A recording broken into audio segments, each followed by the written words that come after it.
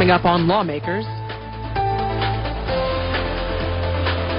Governor Perdue's eminent domain legislation is discussed in committee. The Senate votes down a resolution honoring Jane Fonda. And the governor burns rubber under the watchful eyes of NASCAR drivers. Those stories and more are coming up next. This is Lawmakers, your source for all the news from under the Gold Dome. Here are your anchors, Gerald Bryant and Nwandi Lawson.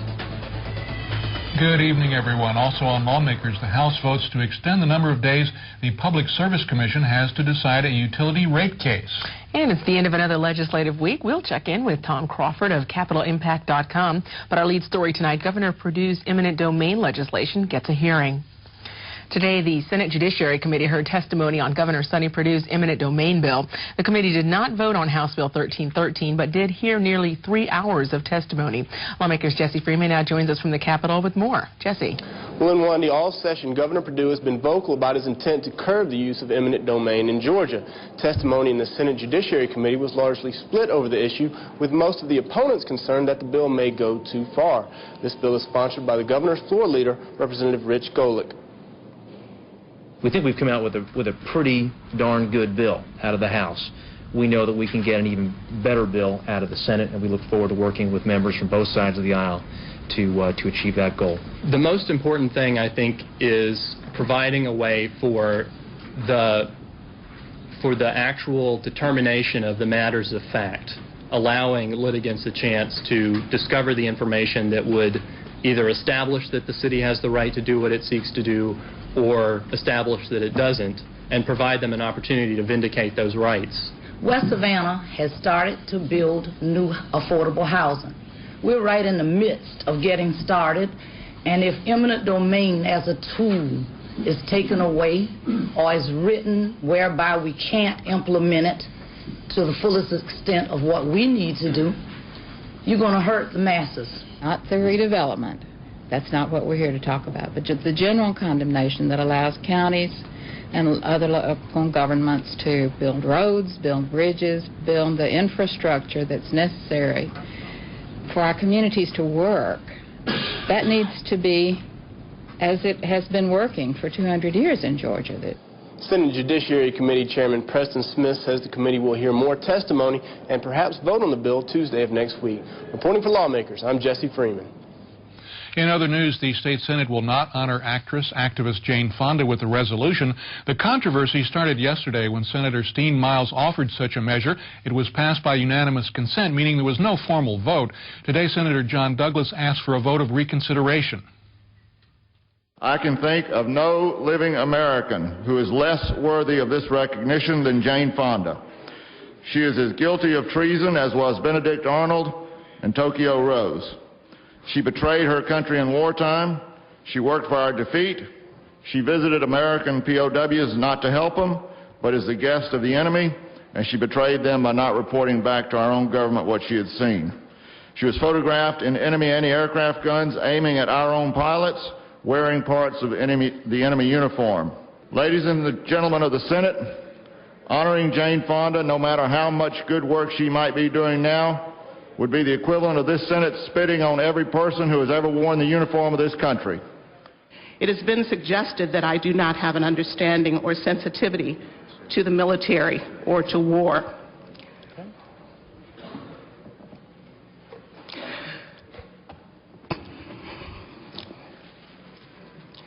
Please know that my now deceased brother was a Vietnam veteran who came home physically but never quite returned mentally.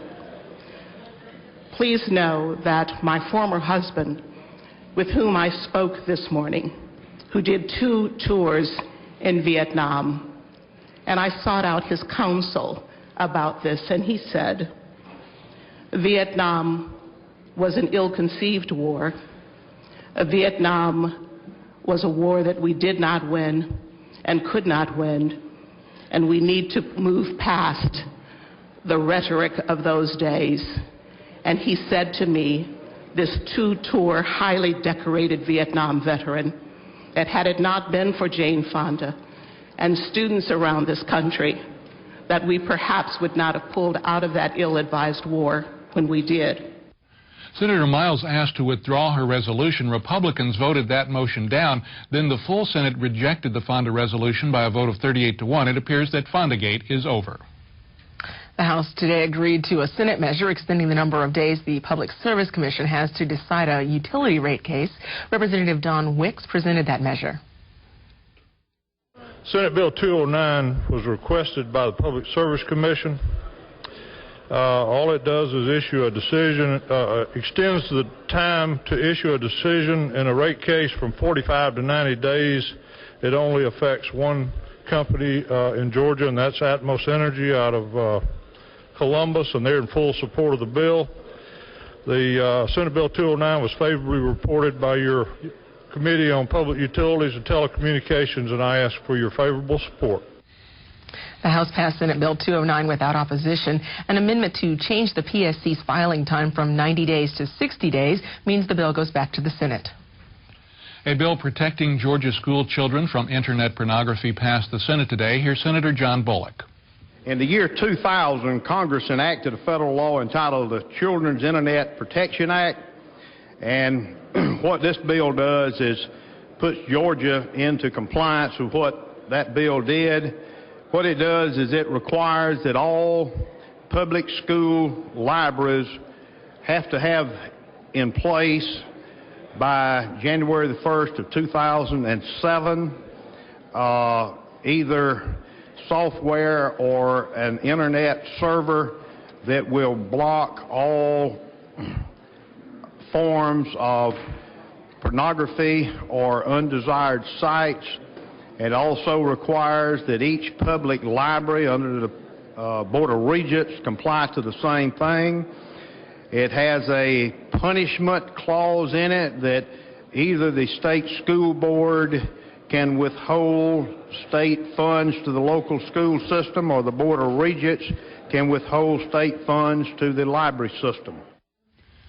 House Bill 1055 passed 45-0 and goes to the governor. The House today approved changes to the state employee benefit program. Representative Barry Loudermilk said that Senate Bill 472 would make it easier for state agencies to offer merit bonuses. The primary changes that were made was to separate the incentive program from the retirement program. The way the retirement program works in the state is you take the two highest paid years of an employee, and the average of those is what the retirement rate is based on. Because of the incentive program, a lot of agencies were hesitant to give the incentives. This bill will break that link. The incentives would not be included in the calculation for the retirement pay. The other portion of this bill that is important is future incentives would also have to be not only approved by the department head, or the director, but it would also have to be approved by the Office of Planning and Budget to ensure that the money is available.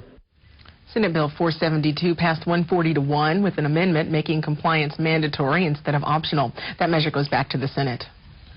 This week, the General Assembly tackled Legislative Day 30, Crossover Day, which actually extended past midnight. They moved some bills forward, however, others were stalled. Lawmakers' David Zelski gives us a look at what happened this week in the Georgia General Assembly.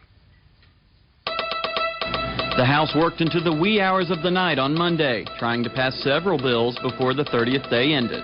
Governor Perdue's Hope Chest Amendment failed to pass the House, needing a 2/3 majority vote. Do you have more trust in the partisan politics of an election year, or do you have more trust in the opinion of the people that we represent, that we're privileged to represent? When the governor first talked about hope, it was for educational in general. There was no specificity to pre-K and the hope. Later on that day, the House failed to pass Governor Perdue's Faith and Family Services Amendment, which would have provided a statewide referendum on whether or not to allow faith-based groups to receive public funds. I'd like to include more people of faith and see a greater role for faith and religion in our government and in our public life. But I don't think that this resolution is the right way to do that. Christians will be forced to support with our tax dollars such organizations as the Ravenwood Church and Seminary of Wicca, which is a state-recognized faith-based church. Do you want to go home and tell your people that you approved a measure that provides funding to the witches? On Tuesday, the reconsiderations of Monday's actions began. The Senate voted to reconsider Monday's passage of a bill that privatizes one of Georgia's 7 mental health hospitals. Advocates of mental health and other folks throughout the state that are going to be affected by this have not had an opportunity to have their voices heard. I think this is just a premature rush to get this bill passed. The reconsideration, in turn, kept Senate Bill 602 from passing this year. However, the Senate voted not to reconsider a bill that redefines the scope of practice for chiropractors. The chiropractors are definitely not qualified to look in the ears, the mouth. They're not qualified to do the MRIs, and it's going to run up costs tremendously. You put a mandate in, you should stick to your guns, and that's what you were put down here for. So I'm saying stick to your convictions, vote no, send a message to the House. Also on Tuesday, Governor Perdue gave the official announcement of a new Kia Motors plant in West Georgia, adding over 2,500 jobs to that region. We are glad that it's signed, sealed, and delivered, and we look forward to a groundbreaking in just a little over a month in late April. And on Wednesday, a Senate committee voted to build a new natural gas pipeline in Georgia. When the PSC approves it, and only upon its completion of construction and operating and actually carrying gas, only then will the utility be able to restart recovering cost. Ratepayers pay the cost. Also on Wednesday, a House committee discussed the possibilities of 2 new cities in South Fulton County. Senator Kasim Reed explains. The cities that have been created in the north are clearly impacting South Fulton County, but I'll be honest with you, the future of South Fulton is bright. We've got a hard 24 to 36 month period ahead of it, but if we have the opportunity to vote on our own future, vote to create these new cities, I believe we'll do the hard work, and I think we'll get through it together. And that's a look at what happened this week in the Georgia General Assembly. I'm David Zelski for Lawmakers. And the House Judiciary Committee today gave a due pass to legislation that would provide immunity to victims of crime who defend themselves by lethal force. If I am walking my bicycle just along the street, I don't ride very well, I'm walking my bicycle along the street, the sidewalk, or whatever, and someone tries to take my bicycle away from me, I'm justified in pulling out a gun and shooting them. I think you have to leave that up to the courts to decide. Well, what does your bill? In that scenario, is there a reasonable belief that that person is going to cause deadly harm to you? Has that person pulled a knife on you? No, sir. Do you have reason to believe that they're going to harm you? No, sir. This is just about a bike theft. Then you probably wouldn't have the right to use deadly force. Also passing out of the House Judiciary Subcommittee today was Senator Nancy Schaefer's ultrasound bill, which would allow women receiving abortions to view an ultrasound of the child. Although it was on the schedule, the committee did not hear Senator Renee Unterman's Care of Grandchild Act. As more elderly grandparents care for their grandchildren, this bill would create subsidies and assist in transferring power of attorney away from parents. A Senate bill that would require parental notification for any student dropping out of high school received a due pass by committee substitute from a House Education Subcommittee today. This portion of Senate Bill 413 did not provoke much discussion, but a section that was added as an amendment on the Senate floor did. That amendment tacks on the provisions of Senate Bill 149 requiring parental notification for student participation in school clubs. Senator Nancy Schaefer explains the intent of the amendment.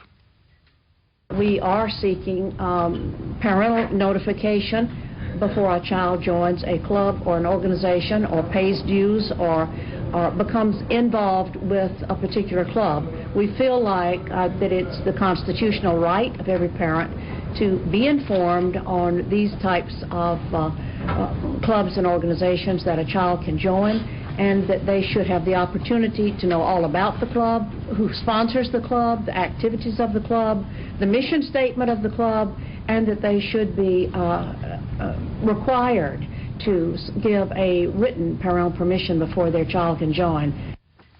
The committee substitute that passed replaced Senator Schaefer's provisions with the language found in House Bill 661, which also requires parental notification, but calls on parents to be given the ability to deny children permission to participate in school clubs.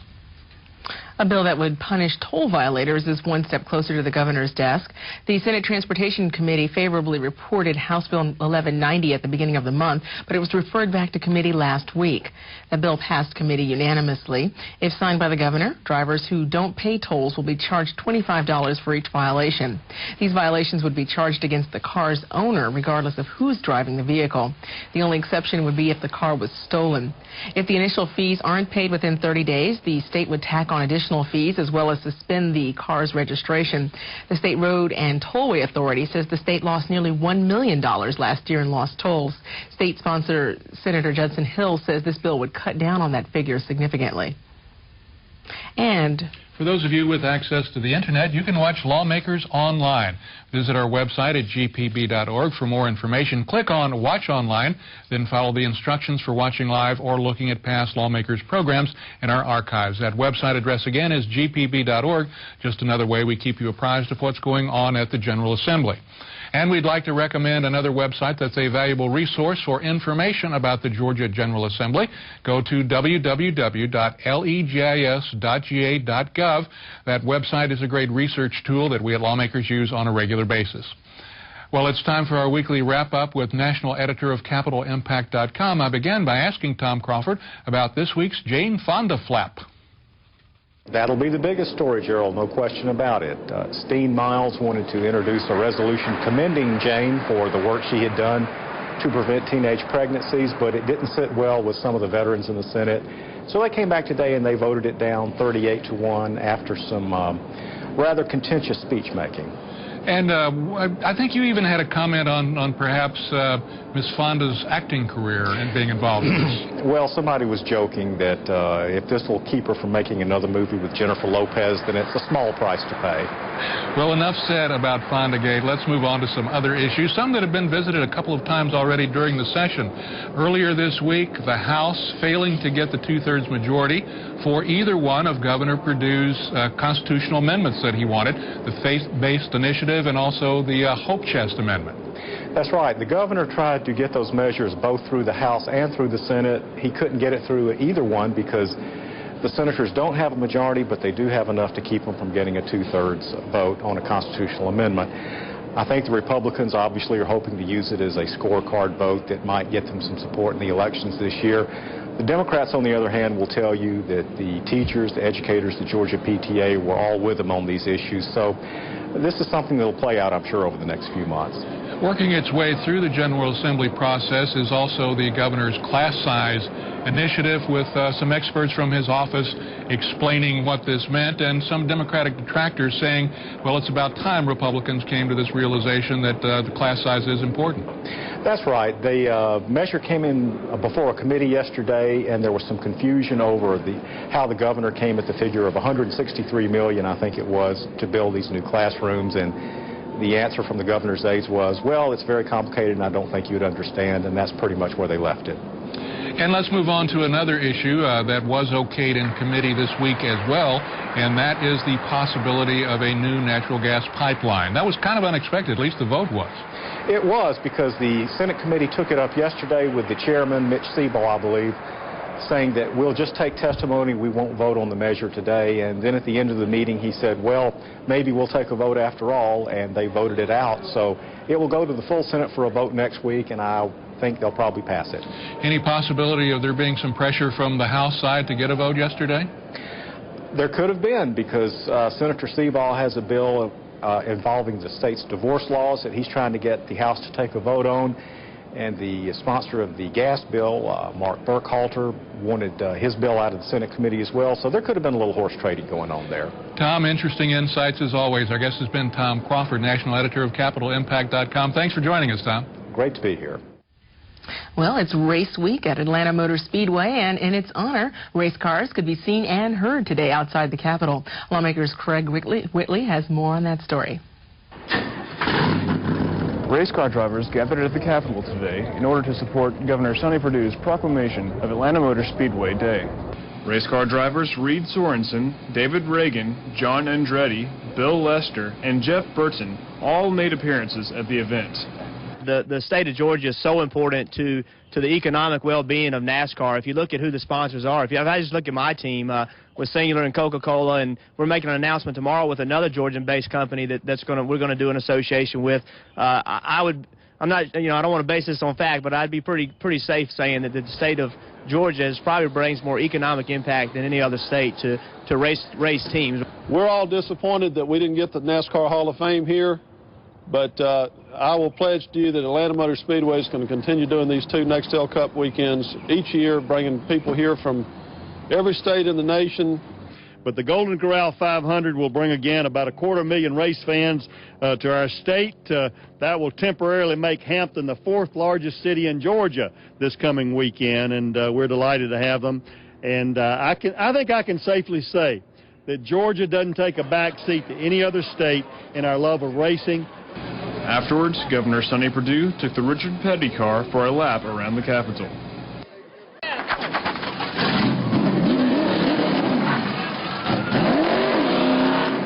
Reporting for Lawmakers, I'm Craig Whitley.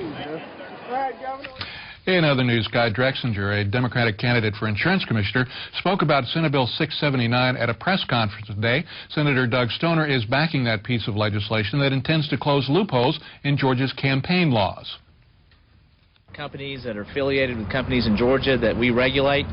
Currently in Georgia, you cannot take money from those regulated companies if you're a constitutional officer, if you ever see those regulations. But you can take money from their affiliated corporations in other states. And I just see that as a major loophole that you can drive a Mack truck through. We need elected officials in Georgia who are not taking contributions from affiliated corporations, as is currently the case. Senate Bill 679 remains in the Senate Ethics Committee. Since it was introduced after the 30th legislative day, it is not likely that the bill will pass this year. The House and Senate paid tribute today to the 1,600 members of the state's Civil Air Patrol. Representative Barry Loudermilk, himself a member of that patrol, presented the honored guest to the House.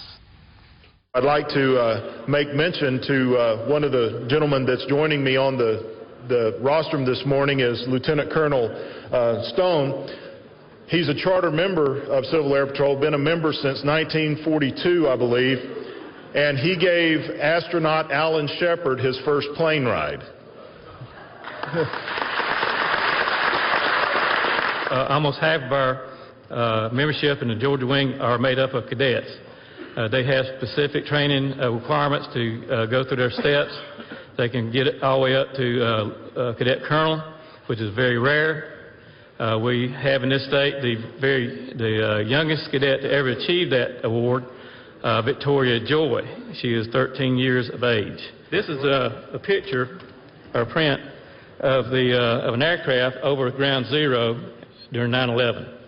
At this time of our history, only Civil Air Patrol aircraft were allowed to, only civil airplanes allowed to be flying in the air. I'd like to present this to the legislature, and please accept this from the grateful staff. In addition to training cadets, the Air Patrol also provides statewide aerospace education and emergency services, including airborne counter-drug patrols. A resolution was introduced in the House today creating an annual Corretta Scott King Day. Representative Roberta Abdul-Salaam, who was a personal friend of Mrs. King, encouraged other representatives to sign on to House Resolution 1959. Mrs. King was not only the first lady of the civil rights movement, she was a lady in all rights. She was a diva without the attitude. She was an opera diva. She was there at Tiananmen Square.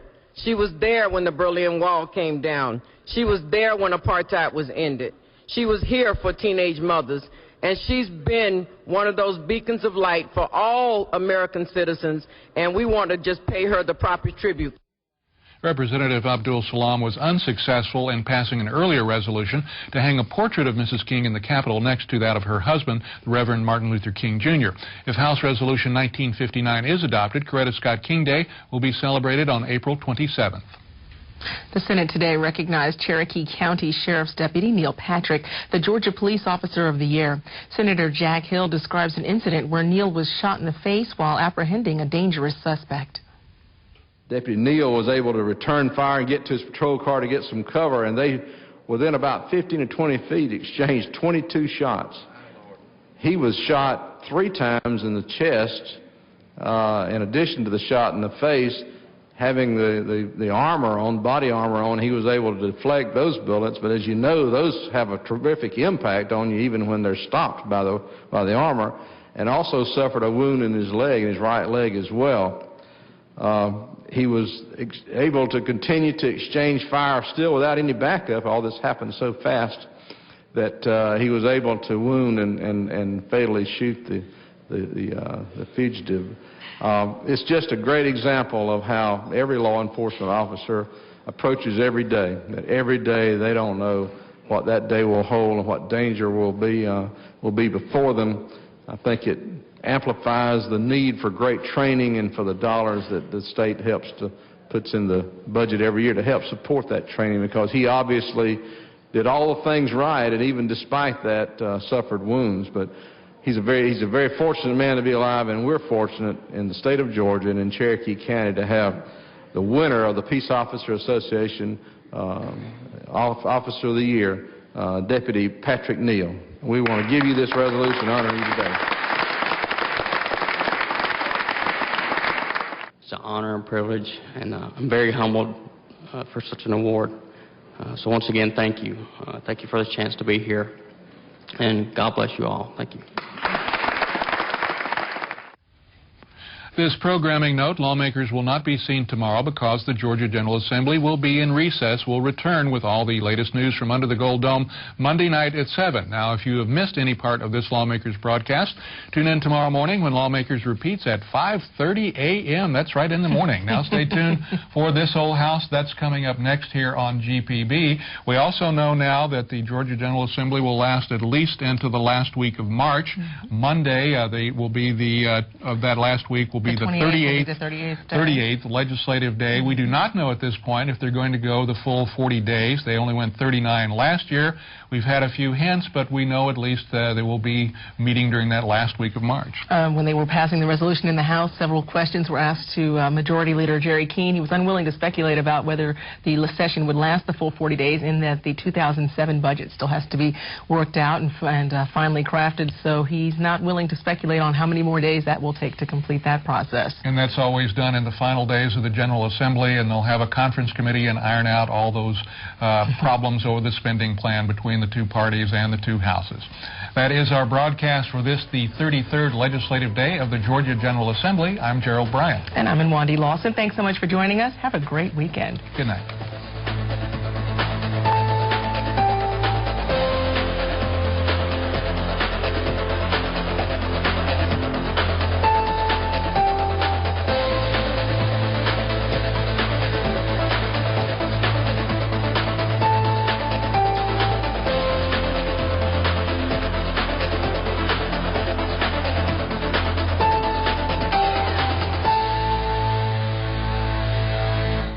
This has been a production of Georgia Public Broadcasting.